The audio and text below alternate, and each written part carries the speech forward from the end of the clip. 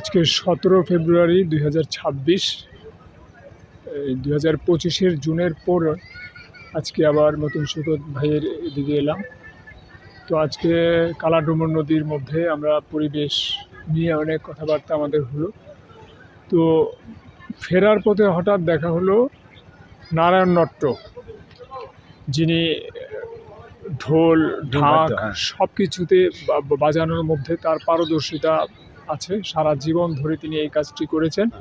কীর্তনে, অনুষ্ঠানে, পার্বণে, বিয়ে বাড়িতে তিনি এটা অত্যন্ত দক্ষতার সঙ্গে করে থাকেন। তো মতিন শওকত ভাই তার পরিবেশ প্রচারণায় এই নারায়ণ নট্টের যে তার শিল্প নিপুণতা এটাকে ব্যবহার করে আসছেন। এ নিয়ে তার দক্ষতা বা পেশাদারিত্বকে বা শিল্প দক্ষতাকে পরিবেশ প্রচারণায় কিভাবে ব্যবহার করা যায় এসব নিয়ে লেখালেখিও হয়েছে পত্রপত্রিকায়, বিভিন্ন গণমাধ্যমে। আমি 2023 সালের কোনো এক বর্ষায় নারায়ণ নট্টের মুখোমুখি হয়েছিলাম মতিন শওকত ভাইয়ের সহযোগিতায় এবং মাধ্যমে।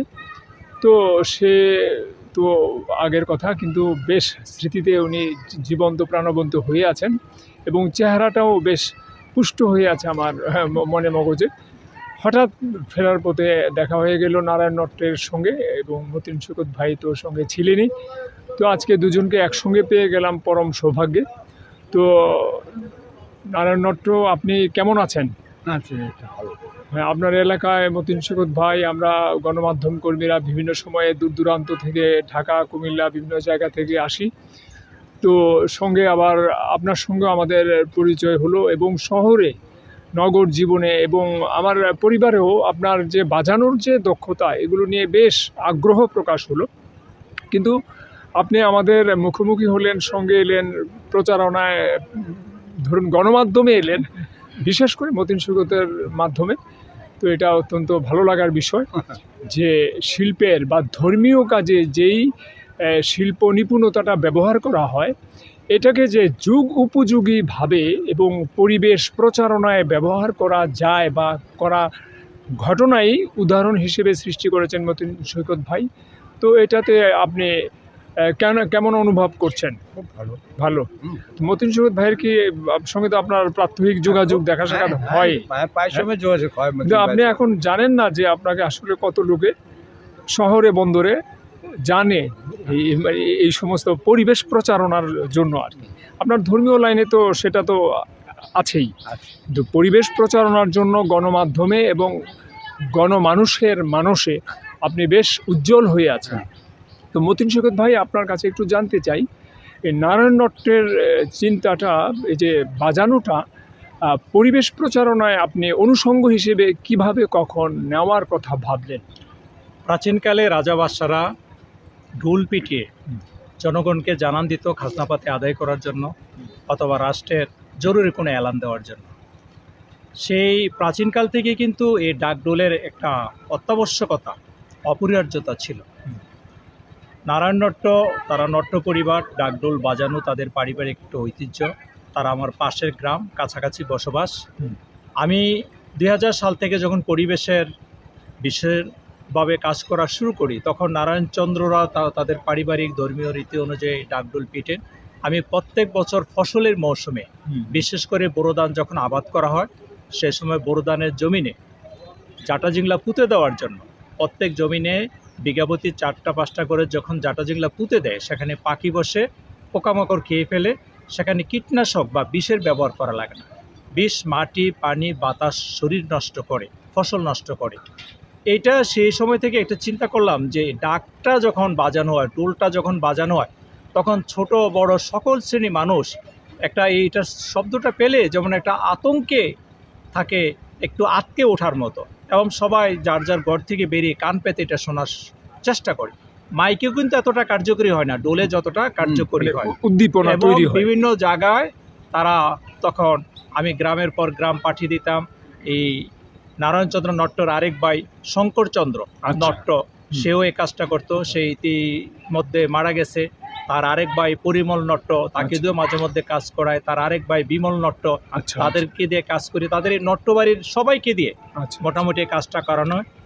নারায়ণ নট্ট খুব আন্তরিক এবং যখন যেখানে বলি সেখানে সে ডোলটা নিয়ে যায় এবং এই সেবাটা করে বিভিন্ন গ্রামে ডোল পিটিয়ে লোকদেরকে বলে আসে যে আপনারা এই পাখি হত্যা করবেন না, আপনারা জমিনে জাটা জিংলা পুঁতে দেবেন, পাখি বসবে, পোকামাকড় খেয়ে ফসলকে উপকার করবে, তারপরে কোনো ক্ষয়ক্ষতি যাতে না হয়, পরিবেশের খোলা লেট্রিন ব্যবহার করবেন না, নানা রকম পরিবেশ বান্ধব কাজগুলো তাদের মাধ্যমে করানোর ফলে তারাও সহজে স্বাচ্ছন্দ্যে আমার ডাকে সাড়া দেয়, আমিও তাদেরকে সহজে পাই। এই আমাদের এই পাওয়ার মধ্যেই আমাদের এই পরিবেশের এই বার্তাটা আমরা জাতীয় বা আন্তর্জাতিকভাবে এই কাজটাকে পৌঁছে দিতে পারছি, ছড়িয়ে দিয়েছি।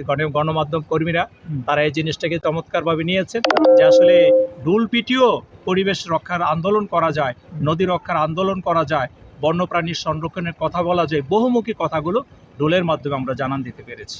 আসলে এই যে চিন্তাটা আপনি করেছেন এটা বেশ যুগান্তকারী। কেন বলবো, এই জন্য অনেক শিল্প মাধ্যম কিন্তু আমাদের সমাজ ব্যবস্থা থেকে হারিয়ে গেছে বা যাচ্ছেও।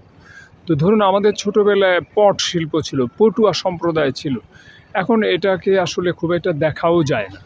তো এরকমভাবে যদি শিল্পের প্রচার বা যেটা আসলে ধর্মীয় কাজে ব্যবহার হয়, ধর্মীয় পরিসীমার বাইরেও যদি পরিবেশ সহ সামাজিক অন্যান্য অনুষঙ্গে যদি ব্যবহার হতো, তাহলে হয়তোবা অনেক শিল্প মাধ্যম অব্যাহতভাবে তার যাত্রা রাখতে পারতো আর কি। তো আমার কাছে মনে হলো যে এই যে একটা চিন্তা আপনি নতুনভাবে করতে পেরেছেন, যে উনি তো আসলে ধর্মীয় অনুষ্ঠান বা উৎসবে পার্বণে বাজান, কিন্তু এর বাইরে সময়ের প্রেক্ষাপটে প্রয়োজনে এই শিল্প মাধ্যমকে যে ব্যবহার করা যায়, এটা করতে পারলে হয়তো এই শিল্পটির আরও ব্যাপক বিস্তার ঘটানো সম্ভব।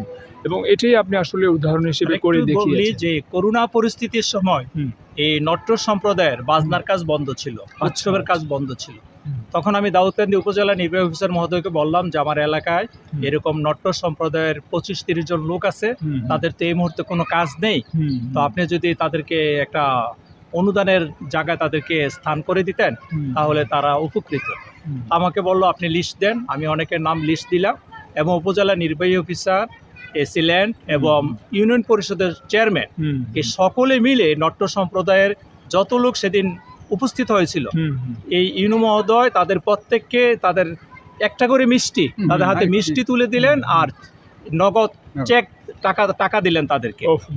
এই যে একটা জিনিস, যে উপজেলা নির্বাহী কর্মকর্তা নিজের হাতে চেয়ারম্যান সহ এসিল্যান্ড তাদেরকে মিষ্টি তুলে মুখে তুলে দিলেন এবং তাদেরকে নগদ টাকা দিয়ে সম্মানিত করলেন। নগদ টাকা কত দিলেন এটা বড় বিষয় না, বিষয় হলো যে দুর্যোগকালীন সময়ে তার চেয়ে বড় বিষয় তারা তাদেরকে সম্মানিত করা, এটা একটা বড় পাওয়া।